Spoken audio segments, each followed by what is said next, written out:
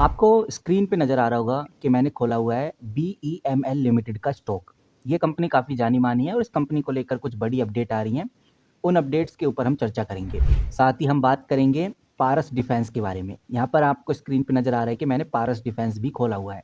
इस कंपनी को लेकर भी बड़ी अपडेट हैं। आज ये डाउनफॉल में है और हिंदुस्तान एरोनॉटिक भी डाउनफॉल में साफ नज़र आता है। 3.5% का डाउनफॉल आज हिंदुस्तान एरोनॉटिक में हुआ है। इसी के साथ ये जो डेटा पैटर्न कंपनी है, ये भी 3% के डाउनफॉल में है और वहीं ये जो जैन टेक्नोलॉजी लिमिटेड है, ये भी लगभग 2.5% के डाउनफॉल में है। इन सभी कंपनीज़ को लेकर जो खबरें आ रही हैं, जो अपडेट्स आ रही हैं, इनके ऊपर हम डिस्कशन करेंगे। बातें करेंगे कि भाई ओवरऑल चल क्या रहा है, अब आगे क्या होने वाला है। आगे इन द सेंस आज है 24 नवंबर, तो 25 नवंबर को क्या हलचल होगी, किस तरह के बदलाव हैं जो हमें ध्यान रखकर चलने हैं। सबसे पहले मार्केट पे आ जाते हैं, मार्केट को समझ लेते हैं। उसके बाद हमें ये भी आइडिया लग जाएगा कि मार्केट कैसा परफॉर्म करेगा। और मार्केट को अगर हम देखें तो आज का मार्केट थोड़ा प्रेशर में तो जरूर रहा। ये रहा सेंसेक्स, मैं सिंपली क्लिक करूंगा तो साफ नजर आता है कि भाई सेंसेक्स 331 पॉइंट्स नीचे चला गया और 84,900 पे हमें देखने को मिला, यानी 84,900 पे बंद हुआ। उसके बाद अगर निफ्टी 50 की बात करें तो ये निफ्टी 50 है। मैं आपको इसलिए बता रहा हूँ क्योंकि किसी किसी ने शायद हो सकता है नहीं देखा हो, ऑलमोस्ट वैसे हर कोई जानता है कि भाई चल क्या रहा है, लेकिन फिर भी आपको बताना चाहूंगा जो निफ्टी 50 है लगभग 100 पॉइंट नीचे गया है। 108 पॉइंट इधर दिखा रहा है, हम मान के चलते हैं 100 पॉइंट नीचे गया है और 25,960 के आसपास हमें गिरता हुआ नजर आया। सेक्टर वाइज मैं आपको सुबह मॉर्निंग में ही बता चुका था कि भाई जो आईटी सेक्टर है, निफ्टी आईटी सेक्टर है, उसमें थोड़ी बहुत अच्छी परफॉर्मेंस देखने को मिलेगी और ऐसा हुआ भी। इसी के साथ मैंने बैंक सेक्टर को लेकर भी यही बोला था कि भाई अच्छी परफॉर्मेंस देखने को मिलेगी। तो आप नोटिस कर सकते हैं निफ्टी 50 0.42% नीचे रहा, सेंसेक्स 0.39% नीचे रहा और जो निफ्टी बैंक है वो 0.055% नीचे रहा। यानी कि निफ्टी बैंक सेंसेक्स और निफ्टी 50 से थोड़ा सा ऊपर रहा, ऐसा हम कह सकते हैं। लेकिन ओवरऑल क्लोज तो लाल निशान में ही हुआ है और आईटी सेक्टर पॉजिटिव रहा, स्मॉल कैप हमें लाल निशान में देखने को मिला। स्मॉल कैप तो मार्केट खुलते ही लाल निशान में रहा, ये हमने नोटिस भी किया। वहीं मेटल सेक्टर है, एनर्जी सेक्टर है, इसके अंदर बड़ी गिरावट देखने को मिली। मार्केट के अंदर ये जो सेलिंग प्रेशर हमें देखने को मिला, यानी कि ज़्यादातर जो लोग तैयार हो गए थे बेचने के लिए, मेन बोर्ड ने ही सबसे ज़्यादा सेलिंग दिखाई और इसके पीछे का जो बड़ा रीज़न है वो है ग्लोबल अनसर्टेनिटी, एफआईआई इन्वेस्टर्स का सेलिंग करना। बाकी ये बात बिल्कुल सही है और ये आपने भी एग्री की होगी कि भाई इंट्राडे टाइम पर एक पॉजिटिव स्टार्टअप लिया था निफ्टी 50 ने, अच्छा खासा पॉजिटिव स्टार्टअप लिया था मार्केट ओपन होते ही। लेकिन सेशन के एंड होते होते लास्ट के कुछ घंटों में हमें सेलिंग इंडिकेट्स देखने को मिले। अगर हम कल के लिए बात करें तो कल के लिए कुछ एक्सपर्ट्स का ये भी कहना है निफ्टी में जो सबसे इंपॉर्टेंट सपोर्ट लेवल रहने वाला है वो 25,700 रहने वाला है और अभी निफ्टी 50 25,960 पे है, तो 25,700 इसका एक स्ट्रॉन्ग सपोर्ट रहने वाला है। और अगर ऊपर के रेजिस्टेंस की बात करें तो 26,200 एक ऐसा रेजिस्टेंस है कि फिर से सतर्कता बरतनी जरूरी है। अगर 26,200 या 26,300 पे आ जाता है तो बहुत सावधानी बरतनी जरूरी है, बिकॉज ये अपर रेजिस्टेंस लेवल है और अगर निफ्टी का ये जो सपोर्ट है ये टूटता है तो और गिरावट आ सकती है।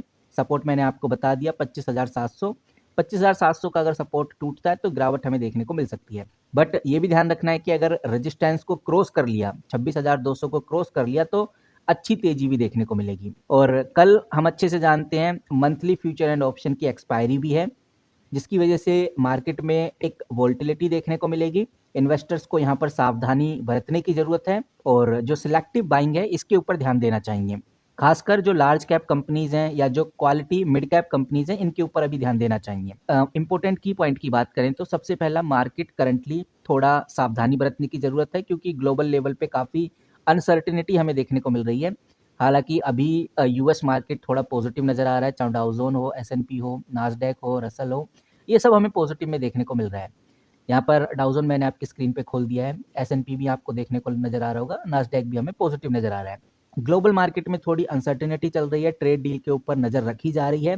यूएस और इंडिया का जो ट्रेड एग्रीमेंट है उसकी जो अपडेट है उसका बड़ा इफेक्ट इंडियन मार्केट पे पड़ेगा, तो ये अपडेट हमें ध्यान रखकर चलनी है। और जो एनवीडिया एआई चिप सेल है वो भी अप्रूव हो चुकी है, जिसकी वजह से यूएस फेड रेट का जो डिसीजन है वो भी मार्केट में बड़ा इम्पैक्ट क्रिएट कर सकता है। अब देखते हैं कि भाई इन खबरों में आगे क्या अपडेट देखने को मिलती है। फिलहाल ये कह सकते हैं कि भाई ओवरऑल मार्केट पे कल ध्यान देना बहुत जरूरी है। नाउ अब आ जाते हैं सबसे इंपॉर्टेंट अपडेट पे। ये जो इम्पोर्टेंट अपडेट निकल के सामने आ रही है, ये G20 मीटिंग को लेकर आ रही है। यहाँ पर आप देखेंगे तो मैंने एक आर्टिकल खोला हुआ है। ये आर्टिकल वैसे 23 नवंबर 2025 का है और आज है 24 नवंबर। लेकिन इस आर्टिकल में जो अपडेट दी गई है, ये काफ़ी इम्पोर्टेंट है। G20 के अंदर जो भारत सरकार है, उसने बड़ी बातें कही हैं और हम अच्छे से जानते हैं G20 साउथ अफ्रीका 2025 का अभी मीटिंग चल रहा है और इस आर्टिकल के अंदर जो बातें बोली गई हैं, ये काफ़ी इम्पोर्टेंट हैं। इस आर्टिकल में बोला गया है कि जो प्राइम मिनिस्टर नरेंद्र मोदी हैं और इटली की जो प्राइम मिनिस्टर हैं, वो दोनों ने G20 समिट के दौरान मिलकर देशों के बीच trade, investment, technology, artificial intelligence, space, defence और सिक्योरिटी एरिया में पार्टनरशिप को मजबूत करने के लिए बड़ी बातें की हैं। और दोनों ही कंट्री, चाहे इटली की बात करें या इंडिया की बात करें, दोनों कंट्रीज आज के टाइम पे टेररिज्म को फेस कर रही हैं और ये जो टेररिज्म फैल रहा है, इसको काउंट करने के लिए ये मीटिंग बहुत इंपॉर्टेंट हो जाती है। और अभी के टाइम पे भारत और इटली की जो ट्रेड डील है, लगभग 15 बिलियन डॉलर तक पहुंच गई है। ये डेटा आप इधर क्लियरली देख सकते हैं। तो कहीं ना कहीं गाइज, ये जो खबर है, ये बहुत इंपॉर्टेंट है। ये डिफेंस सेक्टर के लिए भी काफ़ी इंपॉर्टेंट खबर है और सेमीकंडक्टर के लिए भी काफ़ी इंपॉर्टेंट खबर है। इसके बाद जो मैं आपके सामने रखने जा रहा हूँ, ये भी बहुत इंपॉर्टेंट आर्टिकल के इसके बाद जो मैं आपके सामने रखने जा रहा हूँ, ये भी बहुत इंपॉर्टेंट है और ये आपको बहुत कुछ क्लियर करेगा ये आर्टिकल। यहाँ पर आप देखिए, मैंने बिजनेस स्टैंडर्ड का आर्टिकल खोला हुआ है। अब मैं आपको डेट भी दिखा देता हूँ। थोड़ा सा नीचे चलेंगे तो हमें वो डेट देखने को मिल जाती है, 24 नवंबर 2025। यहाँ पर आप बहुत क्लियरली ये चीज़ देख सकते हैं कि भाई ये कब पब्लिश किया गया आर्टिकल। अब आर्टिकल में ऐसा क्या बताया गया, वो चलिए हम देख लेते हैं इधर। यहाँ पर कुछ कंपनीज़ के नाम लिए गए हैं, जैसे कि BEML का नाम लिया गया है, HAL का नाम लिया गया है और मिडहानी का भी नाम इधर लिया गया है। ये तीनों कंपनीज़ 4% स्लिप हुई हैं, इसके पीछे का रीज़न दिया गया है और इसी के साथ कुछ और कंपनी को भी जोड़ा गया है। उन कंपनीज़ के नाम भी आपको नीचे देखने को मिल ही जाएंगे। लेकिन सीधा मुद्दे की बात करते हैं और ये आर्टिकल साफ इशारा कर रहा है, जो डिफेंस कंपनीज़ हैं, उनके शेयर्स में प्रेशर आ गया है। उनके शेयर्स प्रेशर में आ चुके हैं। NSE आज के टाइम पे 4% तक गिर गया है और ये भी बताया जा रहा है कि ये गिरावट क्यों आई है। ये गिरावट मेनली प्रॉफिट बुकिंग की वजह से हुई है। जैसा हम जानते हैं कि भाई जो LCA तेजस MK जो एयरक्राफ्ट है, उसके अंदर दुबई एयर शो के अंदर आग लग गई थी, वो क्रैश हो गया था, जिसकी वजह से HAL हिंदुस्तान एरोनॉटिक में 4% की गिरावट देखने को मिली। और पिछले 4 ट्रेडिंग दिनों की बात करें तो इसका जो मार्केट प्राइस है 8% तक नीचे जा चुका है। डिफेंस कंपनीज जैसे मिस्र धातु निगम लिमिटेड हो गया, BEML हो गया या एस्ट्रा माइक्रो सिस्टम हो गया, डायनेमिक या गार्डन शिप बिल्डर जिसको GRSE बोलते हैं, या डेटा पैटर्न हो गया, या जैन टेक्नोलॉजी हो गया, पारस डिफेंस हो गया, इन सब के अंदर 3 से 4% का डाउनफॉल देखने को मिला। और इस डाउनफॉल के अंदर सबसे बड़ा जो रीजन, जो कारण बताया जा रहा है, वो LCA तेजस MK1 फाइटर जेट को ही बताया जा रहा है, जो दुबई एयर शो के अंदर क्रैश हो गया था। अब भाई ये बात कितनी सही है, कहाँ तक सही है, वो तो आगे ही पता चलेगा। लेकिन मार्केट जब इस तरह की नेगेटिव न्यूज़ देखती है तो रिस्पॉन्स भी करती है। वहीं अब मैं आपके सामने NSE डिफेंस इंडेक्स रख देता हूँ। ये आप देखिए, मैंने इधर NSE डिफेंस इंडेक्स खोला हुआ है। आज NSE डिफेंस इंडेक्स लगभग 2% नीचे गिरा, आप देख सकते हैं इधर। लगभग 2 से 2.5% आज हमें ये नीचे गिरता हुआ नजर आया है। और पिछले 2 दिनों से ये जो डिफेंस इंडेक्स है, लगभग 4% गिर गया है, जबकि जो बेंचमार्क निफ्टी है, वो 0.4% ही नीचे आया है। लेकिन ये चीज़ भी ध्यान रखनी है कि भाई 29 अगस्त से अभी तक क्लियरली ये जो डिफेंस इंडेक्स है, ये मार्केट में अच्छा परफॉर्मेंस कर रहा है, 8% ऊपर जा चुका है। लेकिन ये भी ध्यान रखना है कि जो निफ्टी 50 है, 8% ऊपर जा चुका है, जबकि जो निफ्टी 50 है वो 6.5% ही ऊपर गया है।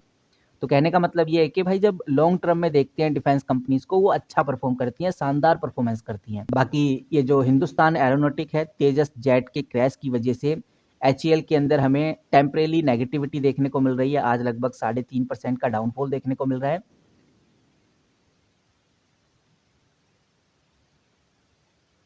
लेकिन एनालिस्ट इसके फंडामेंटल इम्पैक्ट ऑर्डर बुक पर ज़्यादा ध्यान फिलहाल अभी दे नहीं रहे।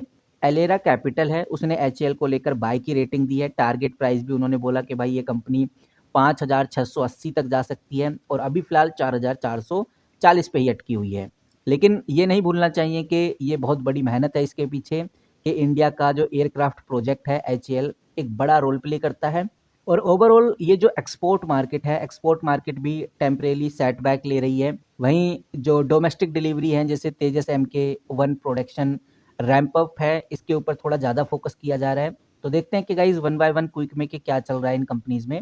सबसे पहले अगर हम हिंदुस्तान एरोनॉटिक की बात करें, ये जो कंपनी है ये फाइटर जेट बनाती है, ट्रेनर्स एयरक्राफ्ट बनाती है, ट्रांसपोर्ट एयरक्राफ्ट बनाती है, हेलीकॉप्टर डिज़ाइन करती है, मैन्युफैक्चरिंग करती है, अपग्रेड करती है, ओवरऑल सब कुछ ये काम कंपनी करती है।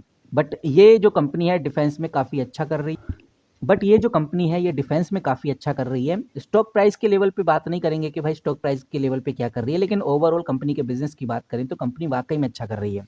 बात करते हैं पारस डिफेंस की, तो पारस डिफेंस जो कंपनी है, ये कंपनी भी डिफेंस में, स्पेस एंड टेक्नोलॉजी में एक अच्छी खासी पोजीशन जमाए हुए है। ये एक डिफेंस इंजीनियरिंग कंपनी है जो डिफेंस स्पेस के लिए एडवांस प्रोडक्ट और सॉल्यूशन भी डिज़ाइन करती है। डेटा पैटर्न लिमिटेड भी एक वर्टिकल इंटीग्रेटेड डिफेंस और एरोस्पेस इलेक्ट्रॉनिक सॉल्यूशन प्रोवाइड करने वाली कंपनी है। ये कंपनी डिज़ाइनिंग, डेवलपिंग, मैन्युफैक्चरिंग को टेस्ट करती है। इलेक्ट्रॉनिक प्रोडक्ट जो डिफेंस और एरोस्पेस सेक्टर के लिए काफ़ी ज़्यादा यूज़ होते हैं, वो प्रोडक्ट ये कंपनी बनाती है। इसी वजह से डाटा पैटर्न आज हमें नीचे गिरता हुआ नज़र आ रहा है। अगली कंपनी है जैन टेक्नोलॉजी। जैन टेक्नोलॉजी भी एक इंडियन कंपनी है जो कि डिफेंस सिक्योरिटी फोर्स के लिए advance combat training simulator design करती है। ये जो कंपनी है ये काउंटर ड्रोन सॉल्यूशन में भी लीडर बनी हुई है। तो ये एक बड़ा रीज़न है कि हमें जैन टेक्नोलॉजी के ऊपर भी नज़र रखकर चलनी है। वहीं गाइज़ BEML के ऊपर भी नज़र रखना बहुत ज़रूरी है, और GRSE जो गार्डन रिच बिल्डर है, इस कंपनी के ऊपर भी नज़र रखना आज के टाइम पे बहुत इंपॉर्टेंट हो गया है।